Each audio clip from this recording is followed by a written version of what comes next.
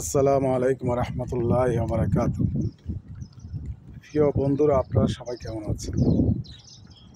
জয় বাংলা, জয় বঙ্গবন্ধু।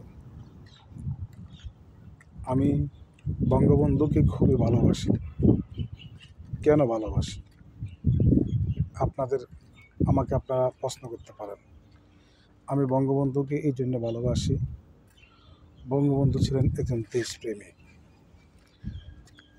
এমন একজন লিডার ছিলেন যিনি ভারতীয় উপমহাদেশ থেকে এই বাংলাদেশকে প্রথমে পাকিস্তান বানানোর জন্য ওনার খুবই অগ্রণী ভূমিকা ছিল।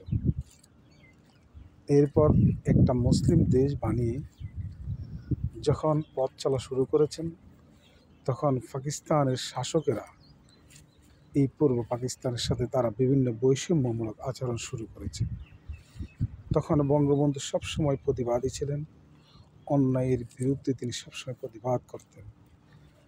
তখন উনি এই বৈষম্য দেখার পর আবার সেই পাকিস্তান থেকে এই সোনার বাংলাদেশকে আলোক করার জন্য উনি আবার আন্দোলন সংগ্রাম শুরু করেছেন এবং পাকিস্তানের ২৪ বছর শাসনামলে উনি দীর্ঘ ১৪ বছর জেলের অন্তরালে ছিলেন এবং অনেক অত্যাচার, অনেক নির্যাতন তিনি সহ্য করেছেন।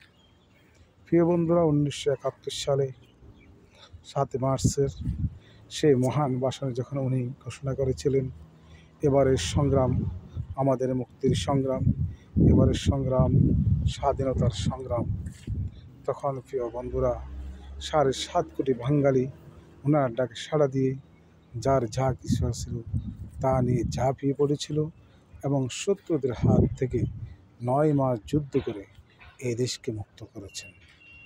প্রিয় বন্ধুরা,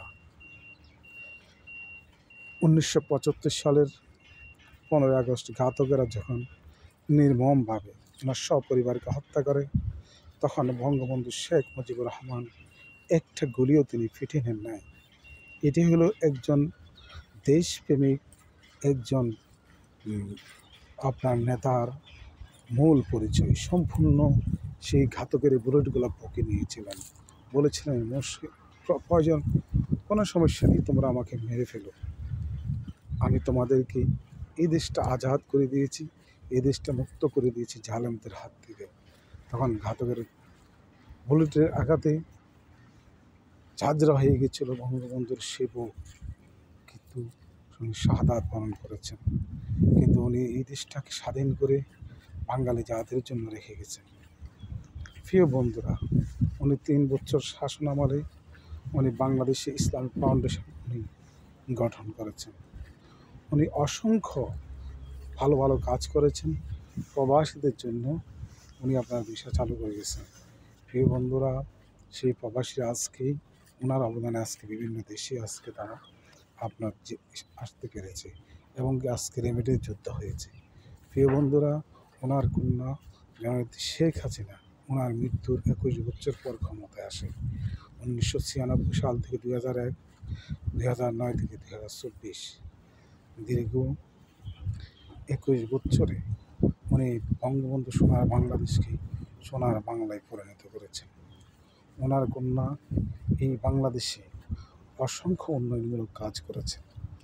উল্লেখযোগ্য ৬৪ ডিস্ট্রিক্টের সাথে ৪ লাইনের রাস্তা, বঙ্গবন্ধু টানেল, হযরত শাহজালাল আন্তর্জাতিক বিমানবন্দর 3rd terminal, metro rail, elevated access, পারমাণবিক বিদ্যুৎ কেন্দ্র, মাতারবাড়ি এবং কি মহেশখালী সমুদ্র বন্দর, পায়রা বন্দর এবং কি অসংখ্য ব্রিজ, কালভার্ট এবং কি উনি অসহায় মানুষের জন্য ঘর নির্মাণ করেছেন।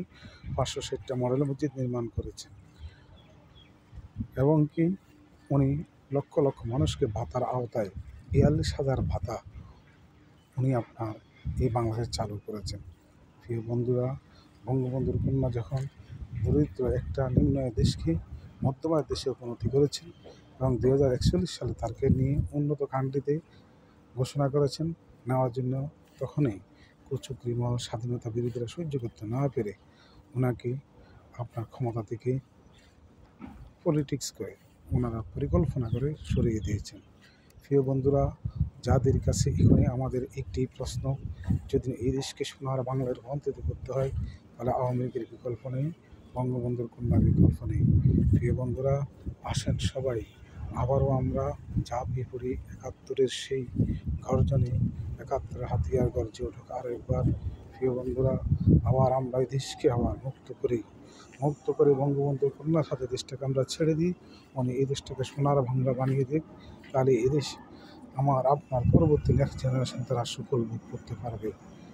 ওকে প্রিয় বন্ধুরা, আসসালামু আলাইকুম রহমতুল্লাহি ওয়া বারাকাতুহু।